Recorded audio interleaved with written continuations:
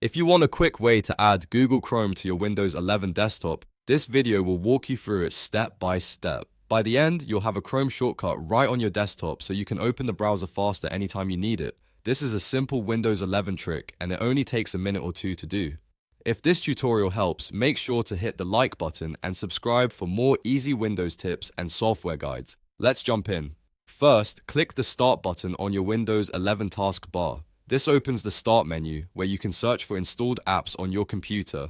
In the search box, type Chrome. As you type, Windows will begin showing results, and you should see Google Chrome appear in the list. Once Google Chrome shows up, right-click it. This is important because it gives you extra options for the app, including the option to open its file location. From the menu that appears, select Open File Location. Windows will now open File Explorer and take you directly to the folder where the Chrome shortcut or application entry is stored. In the File Explorer window, right-click Google Chrome. Depending on your system and the version of Windows 11 you're using, you may need to click Show More Options first to see the full classic right-click menu. If that appears, go ahead and click it, then look again for the available options. Now, choose Send To and then select Desktop, which will create Shortcut. Once you do that, Windows will place a Chrome shortcut directly on your desktop for easy access. You should now see the Google Chrome icon appear on your desktop immediately.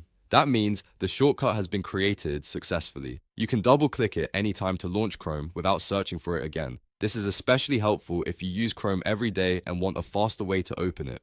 And that's it. You've now added a Google Chrome shortcut to your Windows 11 desktop in just a few simple steps. If this video helped, don't forget to like, subscribe, and turn on notifications for more helpful Windows 11 tutorials. Thanks for watching, and I'll see you in the next one.